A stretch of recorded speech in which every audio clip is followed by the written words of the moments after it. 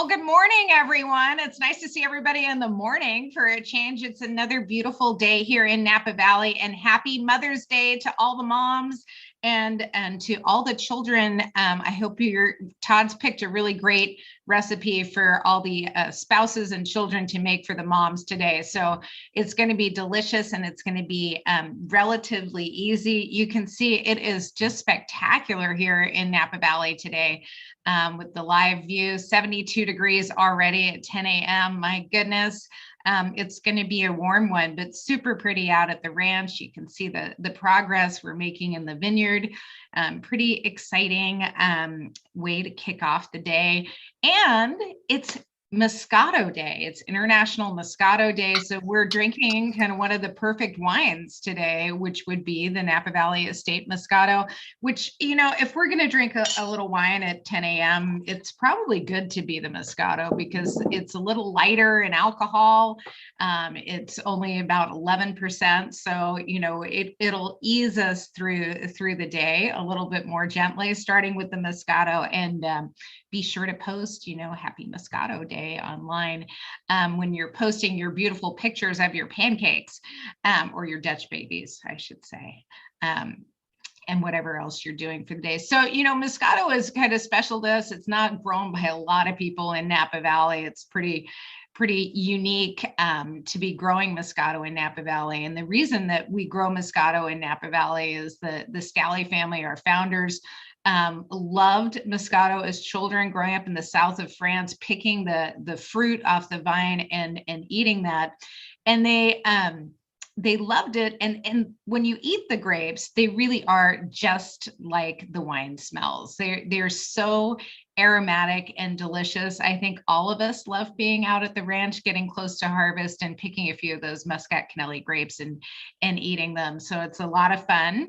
And you can see the Muscat. We took these photos before our Thursday session, and you can see it's moving along quite well. Those saw blade leaves look just like a big saw blade, really spiky edges.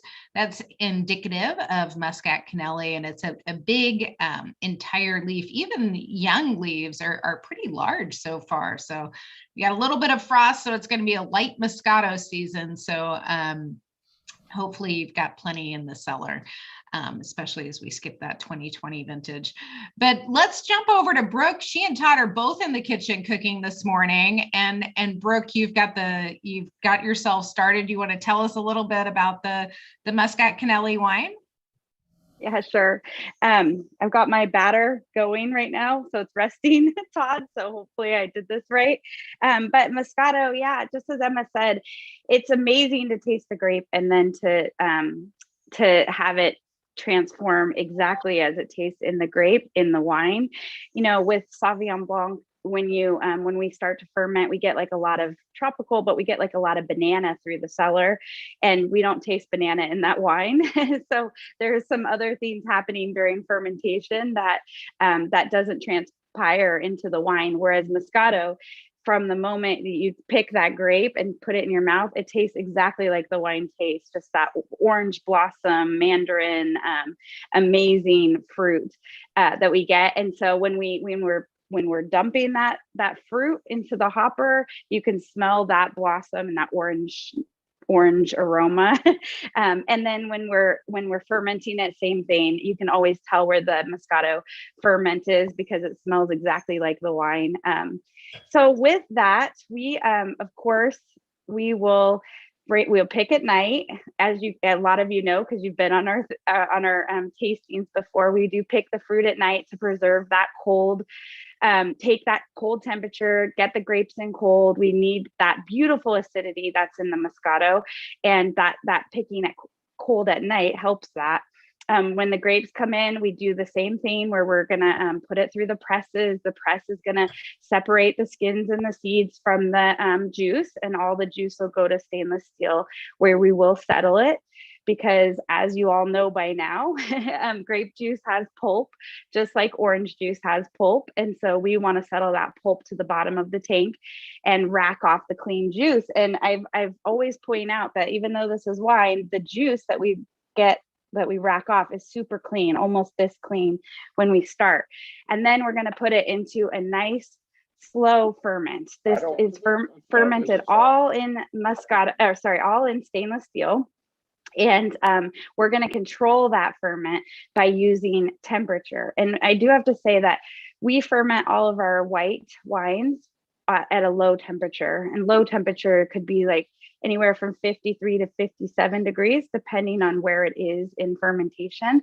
With Moscato, however, because we're trying to get to a point where we're going to stop the fermentation, we actually will ferment it lower than our other whites, and it'll be more like 50 to 53 degrees that we'll be fermenting it at. So it's really, really cold. And we just let it go nice and slowly. We've talked about fermentation before. It's really active.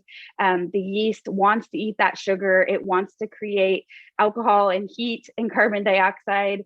And this video of the ferment, which you probably have seen before, but it's just rolling. There's so much activity, and we're controlling that activity by using temperature.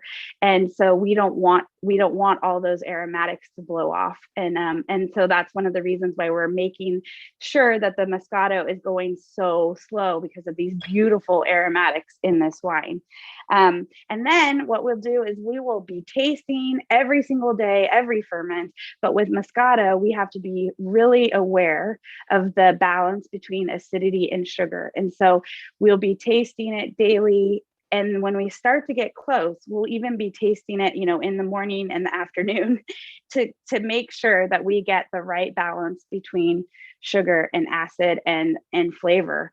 And when we get that balance, then we have to stop that great activity that's happening. We have to stop that yeast in its tracks, which I always say is really, really hard to do.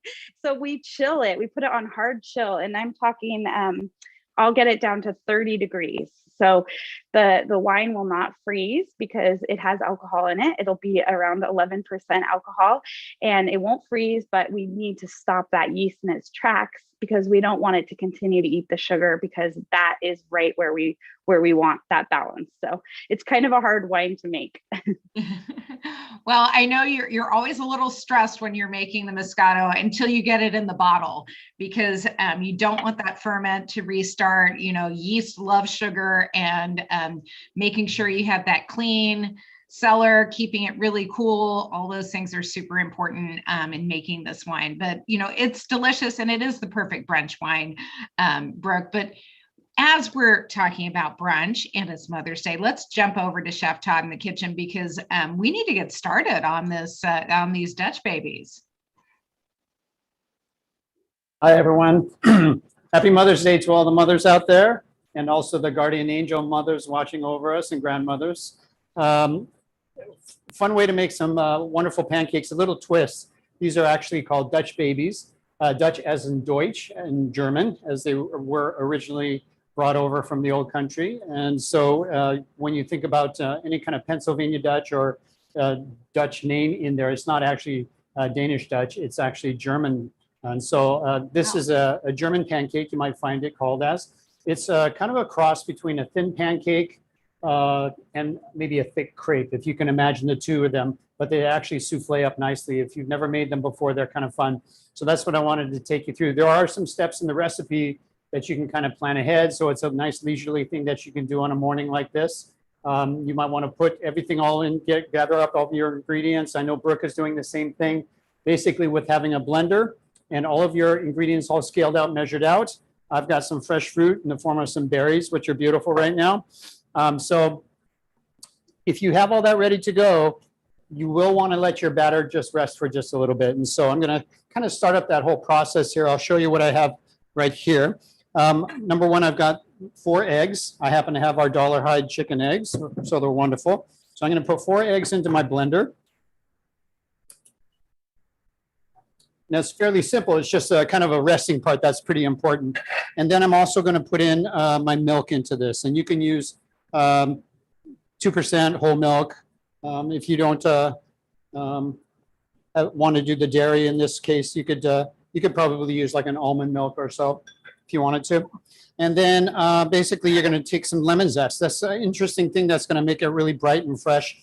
by putting some lemon zest in. So I'm going to go ahead and grate in maybe about a couple teaspoons worth.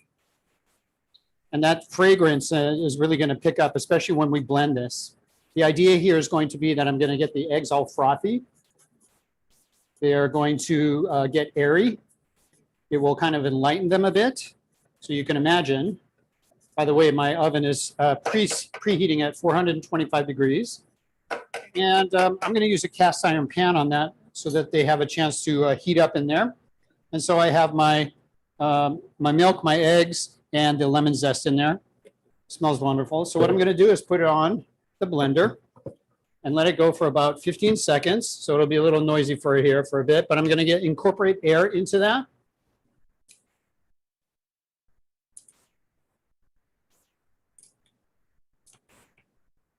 One moment. Uh-oh. Well, we know you have power. We do. In the kitchen, at least, because we've got the lights on. Not plugged in enough. All right. Fairly high speed, about 15 seconds. Frothing it up, getting some aeration in there. The other ingredients to go with that, some sugar, vanilla extract, a little bit of already pre-melted butter that's kind of cooling. So it's not extremely hot to the point where I'll start to cook the eggs. Okay. That's good right there. And then I have some flour measured out as well. So now at this point, I add everything else. There's about 3 tablespoons of sugar in there. I'm not making it too excessively sweet. I'm going to drink this, drink Moscato with it. In goes my vanilla extract. A couple tablespoons worth of the melted butter. Butter makes things better. Yes, always make things better with butter. In with the flour. And then I'm going to put it back on and blend it again for another 12 to 15 seconds. And then the fun part after that is that you have to actually wait. And that gives you time to drink your Moscato or enjoy a nice cocktail. So another 15 seconds. And so what this will do is it will incorporate all the ingredients together. It'll start a hydration on the flour.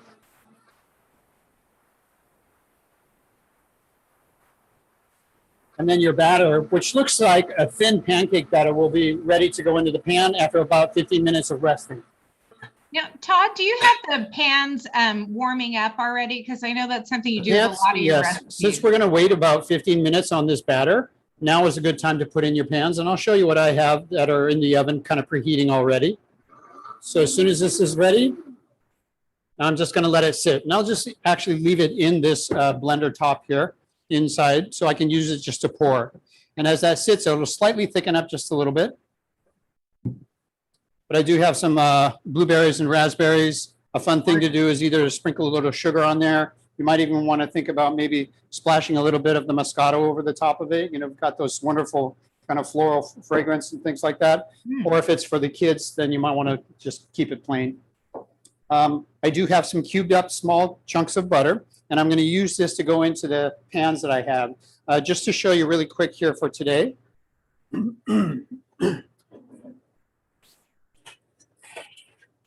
Brooke, it looks like you got strawberries at the local strawberry patch. That's what we did too.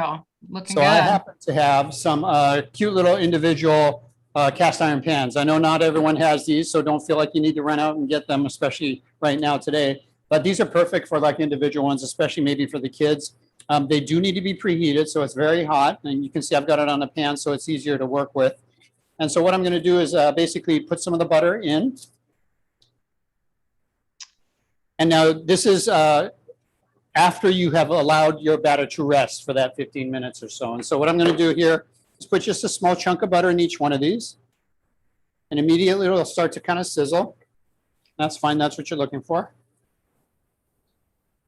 Todd, quick question from Kathy. Yes. She says after watching you for a year, she should have a cast iron pan by now, but she doesn't.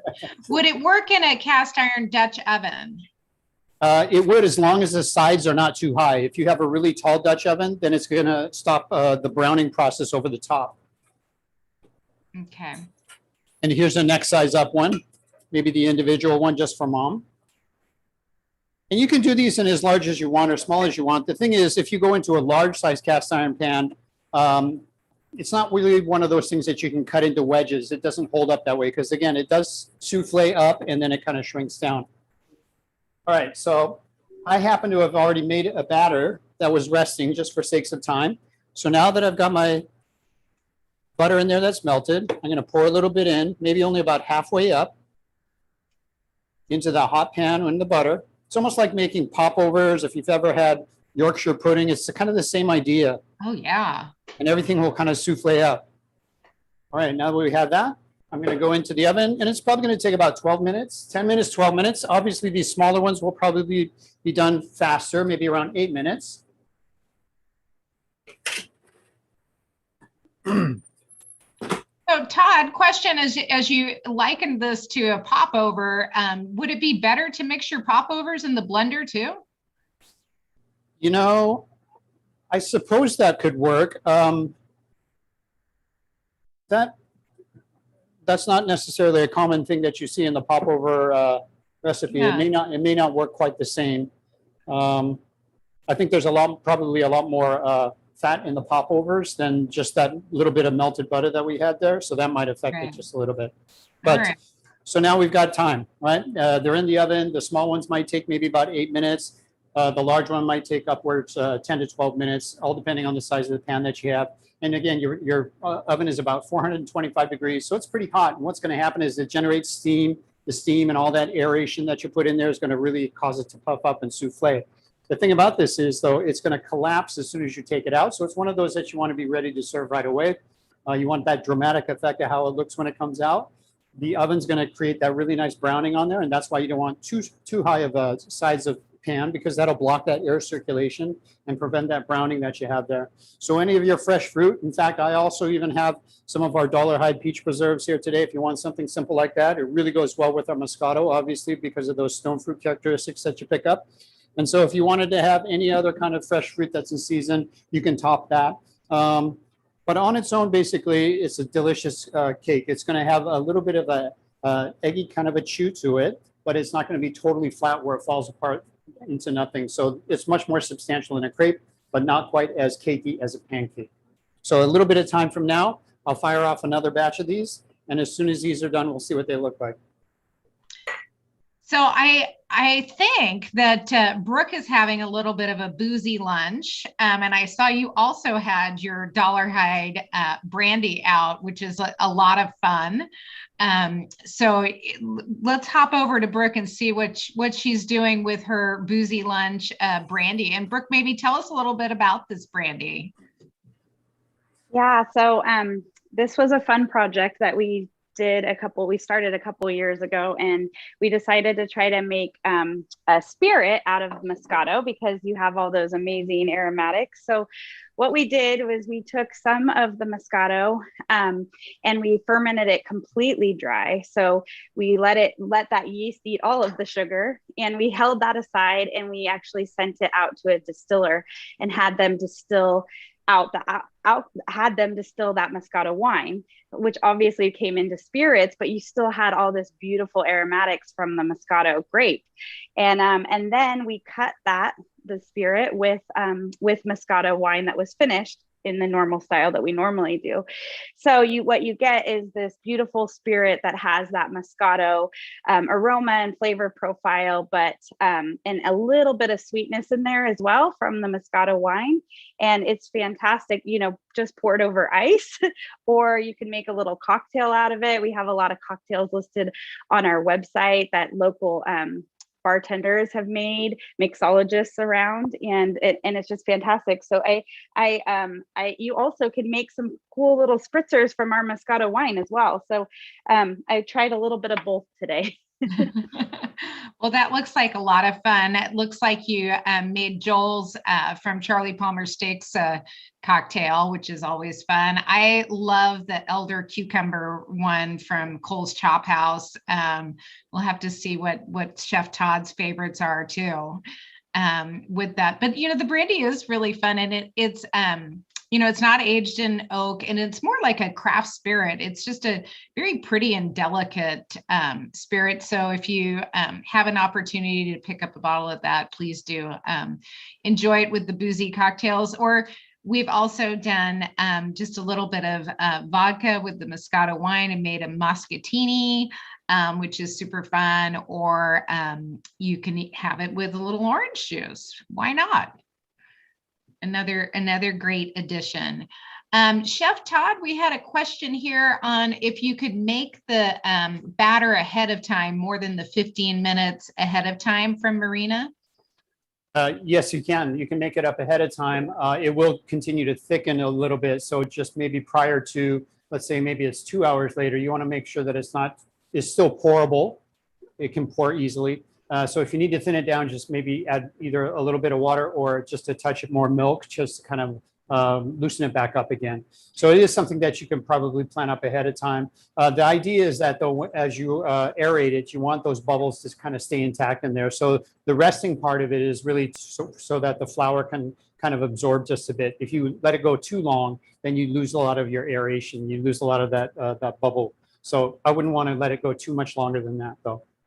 Okay, so but you, after it's rested, you wouldn't turn the blender back on again?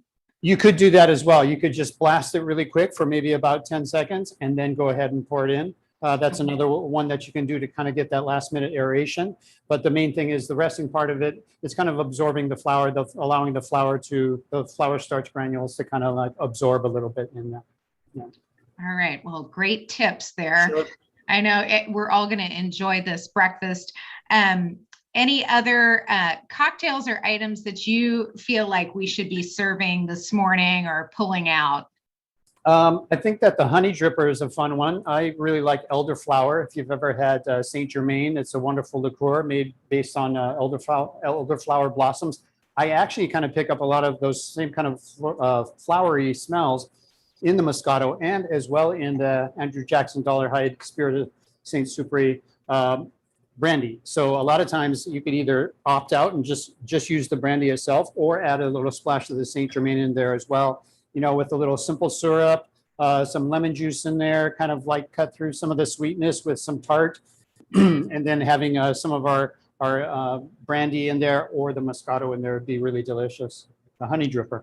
The honey dripper. I like that. I also like the Baja Toddy that they do at Torque is really good. They use a lot of Meyer lemons in that. And we always have a lot of Meyer lemons at the winery. So fresh citrus is a bonus here in California and Florida, and wherever you have fresh citrus is always nice with those brunch time cocktails. So how are they looking? Is it a no peeping, just like with your popovers, you're not allowed to open that oven? It kind of is a no peek thing. And I'm lucky because one of the ovens that we have here has glass, so I can kind of see through. So I'm starting to see the bubble and the blister, but they're just almost ready. The smaller one will come out first. So I'll just show you an example of that. And maybe the kids eat first, you know, you get them going with it. But they're rising pretty nicely. They're going to be really unusual, kind of a shape to them. There's no rhyme or reason to it. It's not like a beautiful pancake that's even and flat all the way through. But like I was mentioning, the texture on it's really nice. It's got just enough of that kind of moisture to it. This particular recipe, the proportions and everything I really like. So the mouth feel of it, the bite of it is really nice. So I can imagine with some fresh fruit in there. If you wanted to put some whipped cream or some a dollop of sour cream or something, you can. But remember that it's like one of those inflated type of things. So as soon as you put something on there and the heat is basically going to melt it all away. So it's not quite the same thing where you've got crispy waffles that come out and you can do the whipped cream on top and it'll hold its shape and everything. These are so hot when they come out, there's a good chance that your whipped cream is just going to melt away and kind of liquefy. So. Oh, so right. maybe more butter? Oh, more butter, sure. You know, and if you're really a fanatic of grape maple syrup, you could do that as well. Ooh, that's a wonderful idea. I always pick up a little when I'm up there in Alberta with our friends in Canada, a little excellent maple syrup. Or all right, so let's take a look at our first ones. Well, they're looking pretty good. So just to give you a little visual here, here's the first as it came out. You can see this. Oh, they're it's so starting pretty. to get more of the browning, and you can see it's already starting to fall. So a couple more minutes on this one, and it would be really in great shape. And so what I want to do here, just really quick, you can kind of lift it out, put it onto the plate. Remember, this pan is very hot, so be careful. And then go ahead and garnish with your berries or fruit. Put it on it or off to the side. So usually what I will do is just use some nice powdered sugar on this and hit it really quick. Oh, beautiful. And then if you wanted to, you know, put some flowers, some roses, obviously for moms, grandmas. Nice. I knew you couldn't resist an edible flower, Todd. Well, there's so many beautiful roses on the property right now. So there's an example of a one single individual one. You can see how it really starts to deflate. A little bit more time on these. The rest of them, I think they're going to kind of solidify just a little bit more. You'll get more of the browning on there, and they'll hold their texture just a bit more. So I'll show you what the bigger one looks like here in just a little bit. It's about ready to come out. Todd, can I ask you about mine? Because mine seems to be kind of puffing up, but kind of not. Does that mean I did something wrong? No, it might need a little bit more time. As long as you kind of got it aerated, it should be in good shape. And then also depending on the temperature, your calibration in your oven, it might need a little bit longer time, or you might have to turn it up a bit. If you're at 425 degrees in a conventional oven, you should be in pretty good shape because it has to cook quickly. It needs that high heat so that it forces the steam to come up. And then if you happen to have a convection oven, you want to compensate and maybe drop the temperature down by about 25 degrees. So you're at 400 with a fan circulation. And the fan will actually help it to a point to generate more of that intense kind of heat that it needs there. Okay, perfect. How's it looking? Give it more time. I mean, it looks like it's puffing up on the sides, but it's not puffing up in the middle. So maybe it just needs a little more time. Could be. Could be. Oh, here comes Todd with another one. Are you got another one out of there, or how are we doing there, Todd? I think we'll do another one.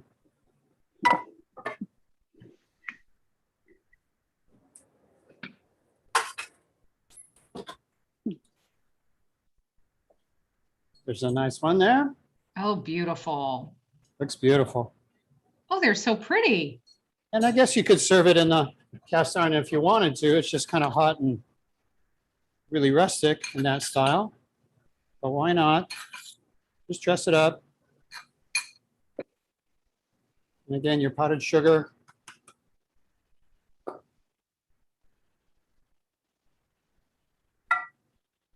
And brunch for mom and family. Oh, it's lovely, Todd. It looks really great. I can't wait to make them. We're gonna. Oh, Morena wants to know if you're gonna eat all of them. Yes. We'll see who's on at the winery this morning. I know it's a busy day. It might be a little bonus treat out there sitting on the patio. A little Dutch baby. We'll see. We'll see. Mother's Day Dutch babies, looking quite delicious. Well, Brooke, how you doing there? Oh, we got her muted. I don't know. I mean, I'll show you the way it looks. I'm not sure what this is doing, but my father-in-law makes these a lot, and this is the way his look, and he got me this pan. So maybe, but you tell me, Todd. Wow. Yeah. That looks like spectacular. Yeah, there you go. Like the outside looks amazing, but the inside is not. It's like, yeah, so I'm not sure. But this is how his looks. So maybe it's because of the kind of pan that I have. Exactly. The side of the pan that's making it do that kind of a shape. So it's kind of rounding it up like that. That looks great. That's gorgeous, Brooke. I think it's a success. What he does is he always puts butter on it, and then we can put either the syrup or the powdered sugar or the fruit. But this is a very big tradition in my in-laws and my husband's families. Like they do Dutch babies for all important holidays and definitely for Mother's Day, but I've never made mine before. So here we go. I'm glad to be making it with Chef Tod. Well, that looks beautiful, and it just fantastic treat. So we hope to see all of the ones that you all make online, and enjoy your time today, relax, and just have a fantastic Mother's Day for everyone. And we look forward to seeing you again. You know, this week on Thursday, we'll be doing, of course, sustainable seafood, because we're in the middle of the Great Sustainable Seafood Tour. Chef Tod bringing forth another round of fantastic recipes for all of us. So until then, be well, be kind, and we'll see you all soon. Cheers, everybody. Cheers, everybody. Happy Mother's Day. Mother's Day. Happy Mother's Day.